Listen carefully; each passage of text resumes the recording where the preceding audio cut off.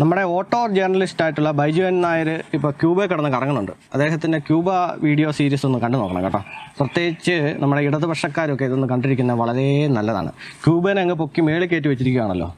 നല്ലതാണ്. ആ വീഡിയോ ഒക്കെ കാണുമ്പോഴത്തേക്കും ചില കാര്യങ്ങളൊക്കെ മനസ്സിലാകും.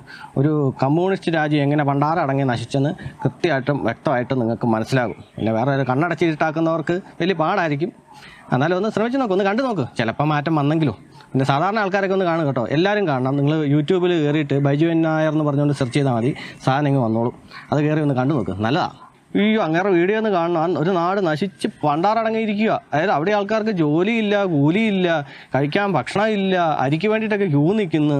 രാവിലെ കണ്ട കഫറ്റീരിയയുടെ മുന്നിൽ ഇപ്പോഴും ആൾക്കാർ കൂടി നിൽക്കുകയാണ്. പാവങ്ങൾ ആഹാരമില്ലാതെ. ഇന്നലെ നമ്മൾ വരുന്ന അമേരിക്കയിൽ നിന്ന് ഫ്ലൈറ്റ് നിറച്ച് ഇവിടത്തേക്ക് ആൾക്കാർക്കുള്ള ഭക്ഷണവും മറ്റായിട്ട് വരുന്ന അമേരിക്കക്കാരായിരുന്നു. ചില സന്നദ്ധ സംഘടനകളും മറ്റും. ആ രീതിയിലേക്കാണ് ഇപ്പോൾ ഈ ഒരു രാജ്യത്തെ ഇവിടുത്തെ കമ്മ്യൂണിസ്റ്റ് സർക്കാർ അതപ്പതിപ്പിച്ചിരിക്കുന്നത് എന്നാണ് പറയേണ്ടത്. കഷ്ടം തന്നെ. അവിടെ നോക്കിയാലും ദാരിദ്ര്യത്തിൻ്റെ ചിഹ്നങ്ങൾ മാത്രമേ ഉള്ളൂ. ഇവിടെയൊക്കെ ബിൽഡിങ്ങൊക്കെ പൊളിഞ്ഞു കിടക്കുന്നു. ഒന്നും നന്നാക്കി എടുക്കാൻ കാശൊന്നുമില്ല. അവിടെ പണ്ടത്തെ ഏതാണ്ട് അമേരിക്കക്കാരൊക്കെ ആദ്യം കണ്ടുപിടിച്ച് ഏതാണ്ട് വാഹനങ്ങളൊക്കെ ഓടിക്കൊണ്ടിരിക്കുന്നത്. അതിനൊന്നും സ്പെയർ പാർട്സ് പോലും കിട്ടാനില്ല. അദ്ദേഹം ഓട്ടോ ജേർണലിസ്റ്റ് ആയതുകൊണ്ട് ആ കാര്യത്തിലാണ് കൂടുതൽ സംസാരിച്ചിരിക്കുന്നത്. അത് നശിച്ച് അവിടെ ഒരു മാങ്ങായും ഇല്ല. ചുമ്മാ ഒന്ന് ആ വീഡിയോ ഒന്ന് കണ്ടു നോക്ക്. ഇവിടെ ക്യൂബേനെ പൊക്കി പിടിച്ച ആൾക്കാരെ ചിന്താചിറാമൊക്കെ പറഞ്ഞിട്ട് വന്നിട്ട് ഏതാണ്ടൊക്കെ വലിയ രീതിയിലൊക്കെ ക്യൂബ ഭയങ്കരമാണ്, മറ്റാണ്, മറിച്ചാണെന്നൊക്കെ പറഞ്ഞ് തള്ളി മറിച്ചല്ലോ. ഇവർക്ക് എന്തുമാത്രം നുണയാ പറയുന്നത് ആലോചിച്ച് നോക്കിയേ.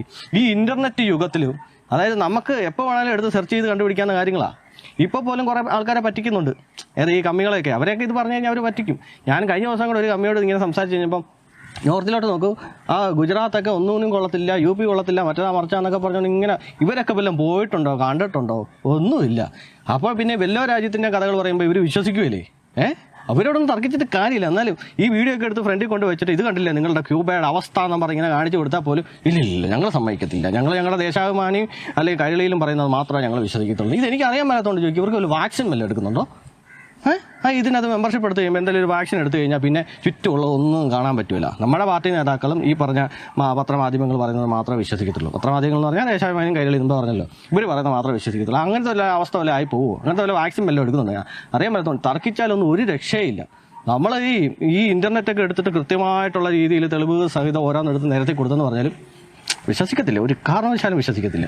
അല്ല, ഞാൻ ആലോചിക്കുമായിരുന്നേ, ഈ ഇൻ്റർനെറ്റ് യുഗത്തിലും ലോകം വിരൽത്തുമ്പിലുള്ള ഈ കാലഘട്ടത്തിലും ഇമാതിരി തള്ളുന്നുണ്ടെങ്കിലേ അന്നത്തെ കാലഘട്ടത്തിലൊക്കെ എന്നാ തള്ളായിരിക്കും തള്ളിയതല്ലേ? ആ തള്ളക്ക് ഇപ്പോഴും വിശ്വസിച്ച് നടക്കുന്ന ആൾക്കാരുണ്ടെന്നുള്ളതാണ് അതിനകത്തൊരു തമാശ എന്ന് പറഞ്ഞാൽ.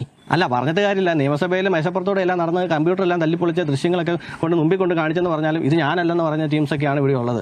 പിന്നെ അതുപോലെ തന്നെ ഒരു കോൺഗ്രസ് പ്രവർത്തകനെ മറ്റേ ഹെൽമെറ്റും ചെടിച്ചട്ടിയൊക്കെ വെച്ചിട്ട് തലക്കടിച്ചിട്ടും ഇപ്പുറത്തോട്ട് മാറി എന്നിട്ട് പറയുക അത് രക്ഷാപ്രവർത്തനമായിരുന്നെന്ന് പറഞ്ഞ ടീമൊക്കെയാണ് ഇവിടെ ഉള്ളത്. അപ്പോൾ പിന്നെ ഈ തള്ളുകളൊക്കെ ഇവന്മാർ വിശ്വസിക്കുമല്ലേ?